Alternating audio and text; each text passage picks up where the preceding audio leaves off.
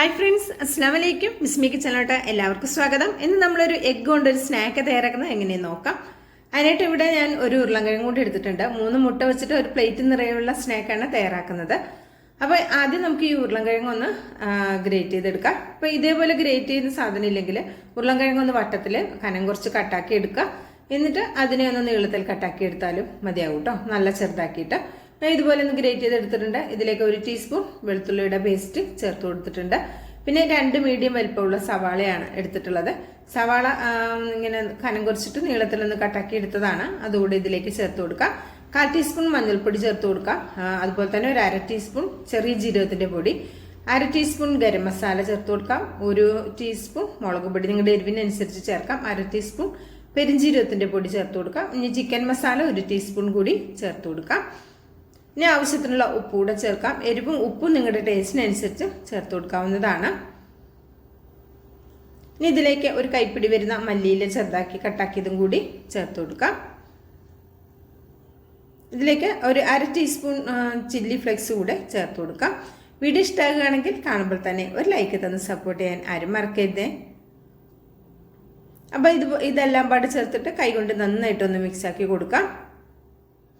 ഈ ഉരുളൻകിഴങ്ങും പൊടികളും ഉള്ളിയും എല്ലാം നന്നായിട്ട് യോജിച്ച് വരുന്ന രീതിയിൽ കൈകൊണ്ട് നന്നായിട്ടൊന്ന് ഞെരടി യോജിപ്പിച്ചെടുക്കുക കേട്ടോ. 4 മണി ചായക്കൊപ്പവും അതുപോലെ തന്നെ ഇഫ്താർ സ്നാക്കായിട്ടും ഒക്കെ കഴിക്കാവുന്നതാണ്. പിന്നെ നമ്മൾ എന്നും ചിക്കനൊക്കെ തയ്യാറാക്കൂലല്ലോ, അപ്പോൾ ഇടയ്ക്കൊക്കെ ഇങ്ങനെയൊക്കെ ഒന്ന് റെഡിയാക്കി നോക്കുമ്പോൾ തീർച്ചയായിട്ടും ഒന്ന് റെഡിയാക്കി നോക്കുന്നുണ്ട് കേട്ടോ. നല്ല ടേസ്റ്റ് ആയിട്ടുള്ള ഒരു ഐറ്റമാണ്.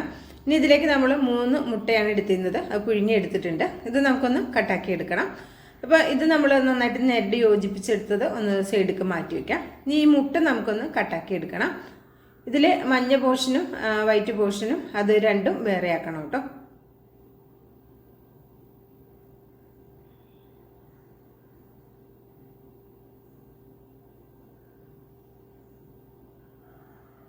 അപ്പോൾ ഇതുപോലെ മഞ്ഞ ഭാഗം ഒരു ഭാഗത്തേക്ക് മാറ്റുന്നുണ്ട്.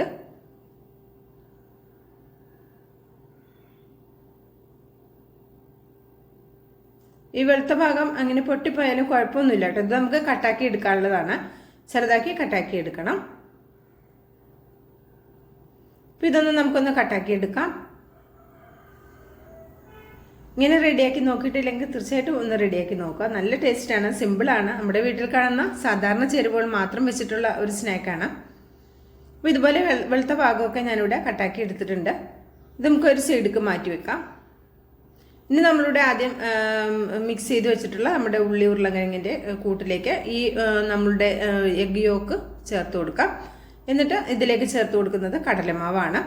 കടലമാവ് 250 ml കപ്പിൽ 1 കപ്പ് എടുത്തിട്ടുണ്ട്. 1/4 കപ്പ് അരിപ്പൊടി കൂടി എടുത്തിട്ടുണ്ട് കേട്ടോ. കടലമാവ് നമുക്ക് ഇതിലേക്ക് ഫുള്ളായിട്ട് വേണ്ടി വരും. ആദ്യം എല്ലാം പാട് നന്നായിട്ടൊന്ന് കൈകൊണ്ട് മിക്സ് ആക്കിയതിന് ശേഷം മാത്രം ബാക്കിയുള്ള മാവ് ചേർത്ത് കൊടുത്താൽ മതി. ഇപ്പം ഞാൻ ഫുള്ള് 1 കപ്പും ചേർത്ത് കൊടുത്തിട്ടുണ്ട്. ഇനി ഇതിലേക്ക് നമുക്ക് വെള്ളം ആവശ്യമാണ്. അപ്പോൾ കുറച്ച് വെള്ളം കൂടി ചേർത്തിട്ട് വേണം നമ്മളിത് കുഴച്ചെടുക്കാൻ. ഇതിൻ്റെ നനവിൽ മാത്രം ഇത് കുഴഞ്ഞു കിട്ടില്ല. ഒരുപാട് ലൂസായും പോകരുത്, എന്നാൽ ഒരുപാട് ഇതുപോലെ തിക്കായിട്ടും ഇരിക്കരുത് കേട്ടോ. അപ്പോൾ ഇതുപോലെ കൈകൊണ്ട് നന്നായിട്ട് ഇതൊന്ന് കുഴച്ചെടുക്കുക. ആവശ്യത്തിന് കുറച്ച് വെള്ളം, 1 കപ്പ് വെള്ളമാണ് എടുത്തത്. നമുക്ക് ആവശ്യത്തിന് കുറച്ച് ഒഴിച്ചിട്ട് നന്നായിട്ട് ഇതൊന്ന് മിക്സാക്കി എടുക്കാം.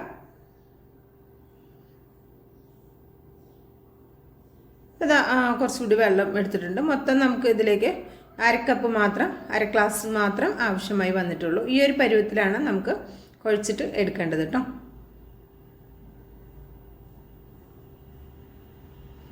ഈ ഒരു രീതിയിൽ വേണം. നിങ്ങളിതിങ്ങനെ കുഴച്ച് നോക്കുന്നതനുസരിച്ച് നിങ്ങൾ എത്ര ഉള്ളി ഉരുളൻകിഴങ്ങ് എടുക്കുന്ന അതിനനുസരിച്ച് പൊടി ആവശ്യമായി വരും കേട്ടോ. ഇതിലേക്ക് നമ്മൾ വൈറ്റ് പോർഷൻ കട്ടാക്കി വെച്ചത് അതുകൂടെ ചേർത്ത് കൊടുക്കാം. എന്നിട്ട് എല്ലാം കൂടി നന്നായിട്ടൊന്ന് മിക്സാക്കി എടുക്കാം. ഈ സമയത്ത് കുറച്ച് ഓയിലൊന്നും നമ്മൾ ചൂടാക്കാൻ വെക്കണം കേട്ടോ. ഇത് നമ്മൾ റെസ്റ്റ് ചെയ്യാനൊന്നും വെക്കേണ്ട ആവശ്യമില്ല. ഇതിപ്പോൾ ഇവിടെ കറക്റ്റ് പാകമായി വന്നിട്ടുണ്ട്.